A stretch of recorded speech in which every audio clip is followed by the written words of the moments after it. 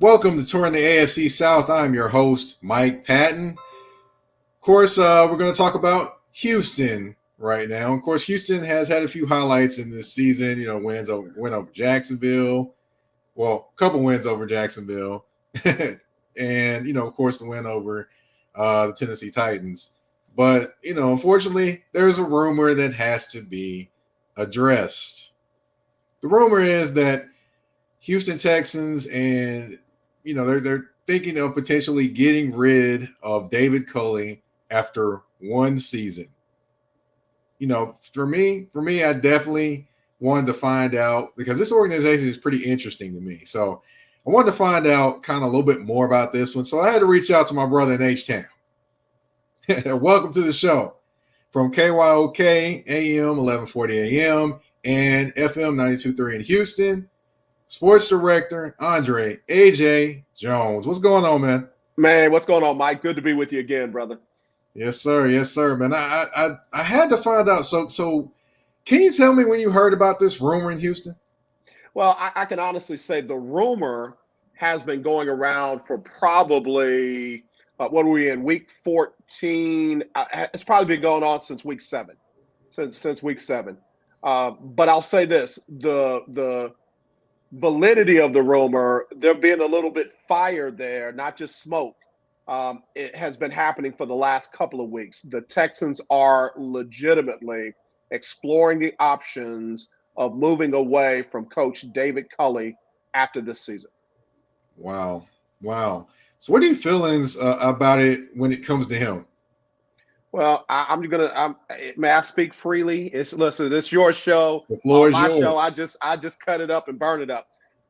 It's unfortunate. I hate that he is being painted as the scapegoat for what is going on with this organization. I've said it two different ways.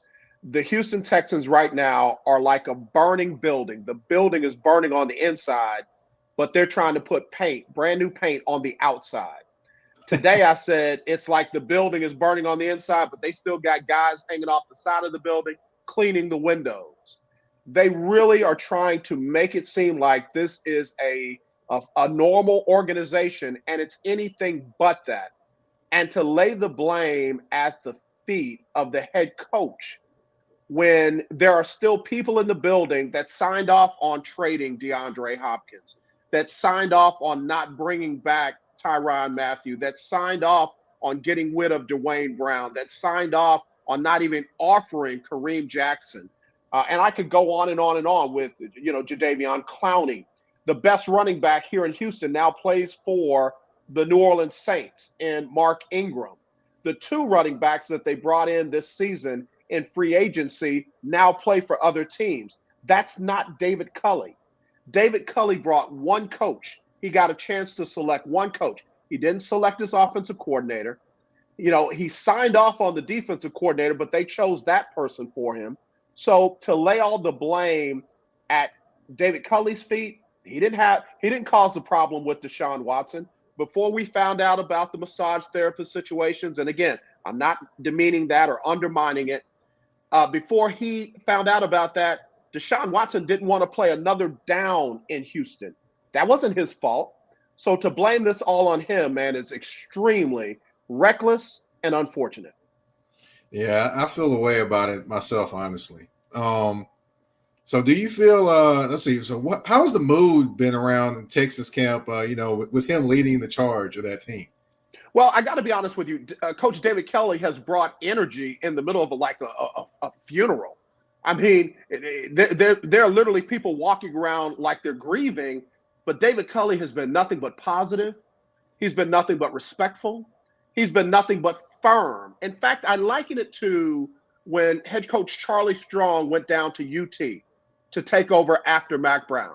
He had guys that weren't going to school. He had guys that weren't going to class. He had guys that weren't doing their work. He had guys that were getting high and drunk and all this kind of stuff. And he cleaned all that up. And what happened? He got fired. It's the same thing with David Culley. His energy has been a refreshing change to a depressing situation. Goodness gracious. Now, I will say I want to ask as well, that you've said about the organization and energy and things like that. Do you feel the players enjoy him being around as well? I think the most of them enjoy him being around. Obviously, there was the issue with Zach Cunningham, the leading tackler in the NFL last season, and still one of the leading tacklers for the Texans this season. He had a couple of disciplinary problems. The respect I have for Coach Culley, if there's a rule, it didn't matter whether it was a starter or whether it was a third stringer. He held them to the same standard, and I can respect that. But there's guys like Justin Reed who more than likely will be out of here as soon as he possibly can be.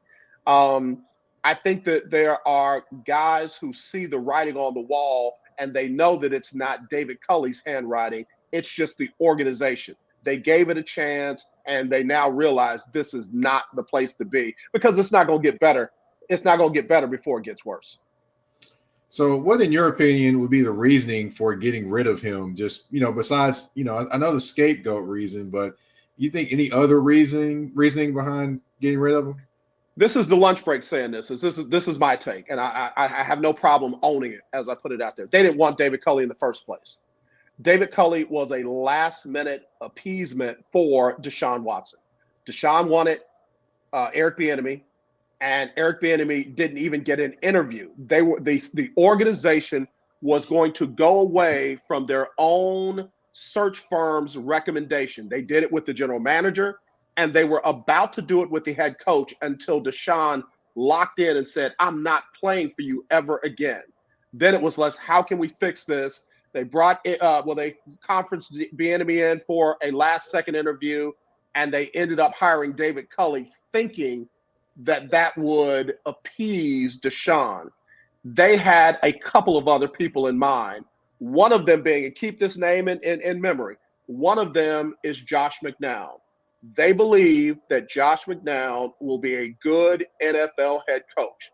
They literally wanted to give him the job, chose not to give him the job, and wanted to put him in a situation where he could be mentored to eventually take over the job. I think that they're going to go in the direction of someone like Josh or someone like Doug Peterson or someone like that before they even think about, bringing Coach Culley back. Wow. Wow, that's a lot to take in. Definitely a lot to take in. So, in your opinion, whose decision do you think it is in terms of Culley coming back? General Manager Nick Caserio or Executive Vice President of Football Operations Jack Easterby? Okay, so let's just say this. If I had not seen those two people in the same place at the same time, I would think that they were one and the same. I believe that decision will be part Jack, it'll be part Nick, and it'll be signed off on by Cal McNair. Yeah, it seems like Cal McNair is kind of letting Jack Easterby do whatever he wants whenever he wants. Man, and for Andre Johnson, I mean, again, one of the quietest dudes in the sport who only got riled up 2 times, when they messed with his money and when Cortland Finnegan messed with his heart. I mean, look, only 2 times this man has ever raised himself up. For him to say that nothing good has happened to this organization since Jack Easterby came around should tell you something about Jack Easterby. It should tell you the things that we don't know. It should tell you the things that we have not seen out in the public. That being said, whatever he's doing negatively, it seems to be okay with Cal McNair because Cal has continued to give him the power and the authority to do whatever it is he's doing. So you've kind of said a little bit about it already, but I'm going to ask anyway.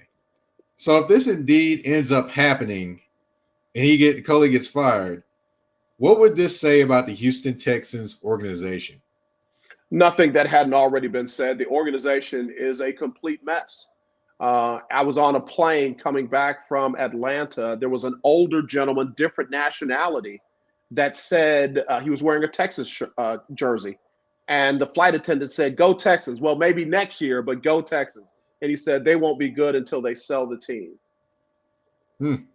So for the fan base to be saying things like that, I know season ticket holders, good friends of mine, who's like, "Man, I'm not selling my tickets because I'm going to hang on to them until there's a change. But they've only been to 2 games or maybe 3 games, out of a 17-game season. This organization is in turmoil. And that's why I say it's a burning building on the inside. And I don't think they know how to put the fire out. And especially when you're listening to someone who was nothing more than a chaplain with another organization. And you've given him football decision-making responsibility inside of your organization. Nick Caserio has been in the league a long time. He has never been a general manager before. And just because he was next to general managers in New England or he was a part of the general manager team in New England doesn't mean that he can do what they did. Look at all the moves that he made here and what they amounted to. Look at all the moves that they made in New England, Foxborough, and what they've done there. Just because you've been near it doesn't mean that you can duplicate it. So when you've got those kind of people running the organization, you can't hope that it's going to get better. You've got to bring in the right people to make it get better. Yeah, definitely a difference between hoping and knowing it's going to get better. At this point, you don't know at all. Now, you mentioned Josh McNown, but what are some other names that could be mentioned in this head coaching search should Culley be fired? Yeah, I would think that you'd hear Doug Peterson's name come up. Again, he's not a New England guy, but they know him very well in that connection. I keep saying that because there is a relationship with the New England Patriot organization that has not and doesn't look like it's going to be severed between the Houston Texans organization. So Doug Peterson would be a name. Obviously, Josh McDaniels would be a name, and of course, Josh McNown would be my top 3 names that you would hear mentioned in that. And of course, they'll do the proverbial, let's bring in Byron Leftwich, let's bring in Eric Bieniemy, let's bring in some other minority head coach to interview them and satisfy the Rooney rules. But I think the legitimate candidates would be McDaniel, McNown, and Peterson. Well, speaking of McDaniel, of course, what are your thoughts on him potentially being mentioned there? And of course, the connection between Caserio and, him between the Patriot days. And do you think he would actually give it serious consideration considering what happened between McDaniels and the Colts and getting the job and then reneging on it and going back? Yeah, I think it would be as simple as this. Does he want to coach now or does he want to coach soon? If he wants to coach now, he comes to Houston. If he wants to coach soon, he waits for the New England job to open up, because that's one of the reasons that we now know, that's on record, that we now know that there was a handshake agreement between him and Robert Kraft that you will be the next head coach of the New England Patriots when Bill steps down, or if they decided to part ways with Bill Belichick. That'd be an interesting situation if they parted ways with him and he stepped in and became the head coach. I don't know if I'd want that pressure, but hey, maybe he likes it. Well, I mean, he's got a little window of opportunity. It's different when you're stepping in after they just won their 9th Super Bowl. It's not as bad when they had a down year and then they kind of, came back this year. If they win it this year, then again, that pressure's back there. But it would be a perfect time for him to step in right now. All right. So last question. In the end, what is your gut feeling as to what happens in this situation? I think they're going to let him go. I think after this year, they're going to let him go. And I think they'll blame it on production. Of course, they'll kind of blame it on the field. And then they'll try to use the argument that, they made a decision on a young quarterback and they need somebody who will develop the young quarterback. Now, mind you, how ironic and ridiculous that will be, because you got a guy that played the position in David Culley, first black quarterback at Vanderbilt. You have a guy who's been a quarterback coach on many levels. You got a guy who's been on the offensive side of the ball most of his career. So he knows more in that building about how to develop Davis Mills than anybody else in that building.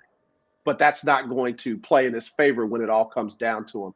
They're going to look at a Doug Peterson and what he did in Philadelphia. Obviously, if it's Josh McDaniels, he's got just a great resume with Tom Brady, with with the other quarterbacks that he's had there, like Jimmy Garoppolo, like Jacoby Brissett, and like what they have right now with Mac Jones. So that, I think, will be the deciding factor. I believe it's a better than 75% chance that he does not come back.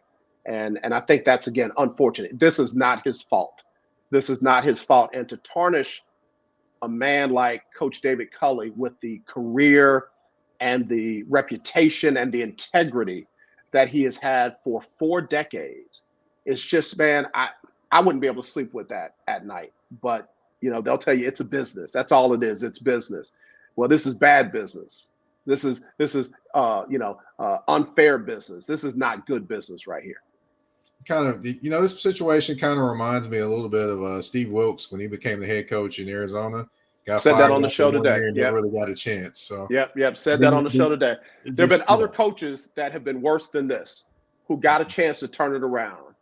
Who got a chance to turn it around. I remember Detroit's head coach a couple of years ago, just horrible, man, just horrible, and came behind, a coach who had them at 10-6. And this guy was able to go 3 and whatever, and 4 and whatever, and 6 and whatever, until they finally, let him go. So it's unfortunate. And again, if nothing else, people like me and other folks in that locker room on the media side have gained a lot more respect for head coach David Culley than we ever had before. I hear you there, man. I hear you there. But all right, well, I lied. I do have one more question. Okay, no problem. Actually, I wanted to ask, is there really confidence in anyone that's, either within the organization, anyone that covers the organization, that Davis Mills will actually be the guy at quarterback? Absolutely. Let's look at the facts now. The very first pick that they had in last season's draft, or in this season's draft, was who? Davis Mills. They had holes all over the place. And there were other quarterbacks that were serviceable behind him. And I don't think there was anybody bucking to get him right then when they got him. So that tells you all you need to know about Davis Mills. They're very high on him. You see that they benched a veteran starter for Davis Mills. They call a totally different game for Davis Mills than they did for Tyrod Taylor. All of this is to make Davis Mills look like, seem like, act like, and feel like he is that guy. Might they take a quarterback in next season's draft? Absolutely. But Davis Mills will be QB1 heading into August, September of this year. Oh, boy. That's all I can say. But I want to thank you again for kind of shedding light on what's going on down there in Houston with Coach Culley. I mean, I read that, and first thing I said was, "Nah, I can't believe that." I was like, "Nah, let me find out the real." And who better to talk to who better to talk to about it than you? So I appreciate you, man. In fact, I'll just say this: I'll be more surprised if he comes back than if he doesn't come back. Gotcha. Well, thank you for coming on, man. And just let everyone what you got going on, where they can reach you, and all those things. Mike, I appreciate it, man. You can follow me on Facebook, Twitter, and Twitch at Lunch Break KYOK. On YouTube, it's The Lunch Break with AJ Jones, and we just started broadcasting on the Roku network. We're on the BS3 network. So if you got a Roku device, download the BS3 network, and you'll find us every Monday through Friday from 12 to 2 Central on the lunch break on the legendary KYOK. And, man, I appreciate you, brother. I love what you're doing. I love how you're doing it. I love you, man. So thanks for the opportunity. Well, hey, thanks for coming on again, man. And definitely, again, thanks for the knowledge. And thanks for everyone's been listening and watching. You've been watching Touring the AFC South with your host, Mike Patton. We're out.